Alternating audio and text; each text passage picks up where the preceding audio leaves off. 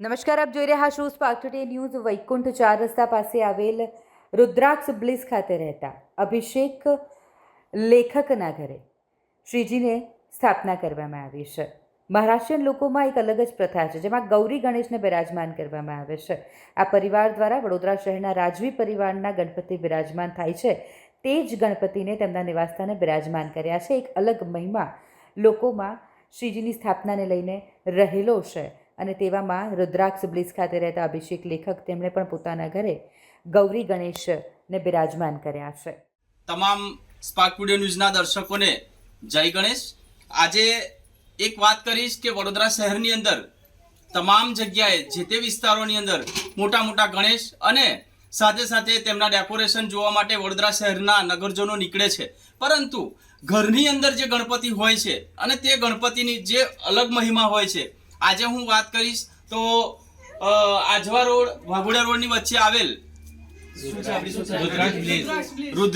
રુદ્રાક્ષ બ્લિઝની એક આ સોસાયટીના રહીશ, જેમણે મહારાષ્ટ્રના ગૌરી ગણપતિને અહીંયા આગળ બિરાજમાન કર્યા છે અને રાજવી પરિવાર, જે આપણા વડોદરા શહેરના રાજવી પરિવારમાં જે બિરાજમાન થાય છે તે જ ગણપતિને અહીંયા આગળ એમને બેસાડવામાં આવ્યા છે। ખાસ કરીને મૂર્તિની ખાસિયત છે અને તેના વિશે આપણે જાણીશું।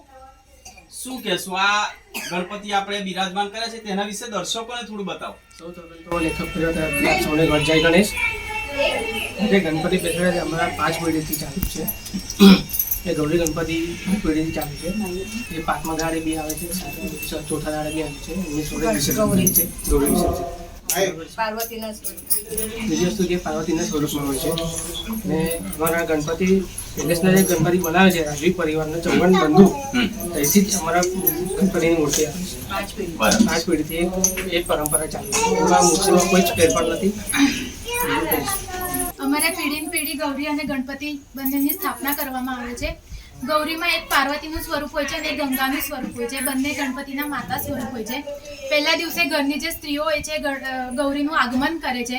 બીજા દિવસે એમને વિવિધ પ્રકારની વાનગીઓ ઘરે બનાવવામાં આવે છે, લાડુ, મોદક, પૂરણપોળી બધાનો ઘરે બનાવીને એમને થાળ ધરાવવામાં આવે છે।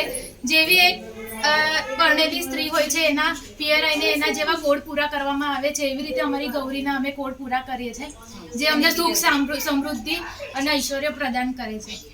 તો આ વિશે કદાચ દર્શકોને, બહુ ઓછા દર્શકોને આના વિશે ખબર હશે, તો આપણા તરફથી આજે દર્શકોને જે આ ભગવાનને જોવાનો લાભ મળ્યો તે બદલ આપ શું કહેશો અને દર્શકોને શું કહેશો?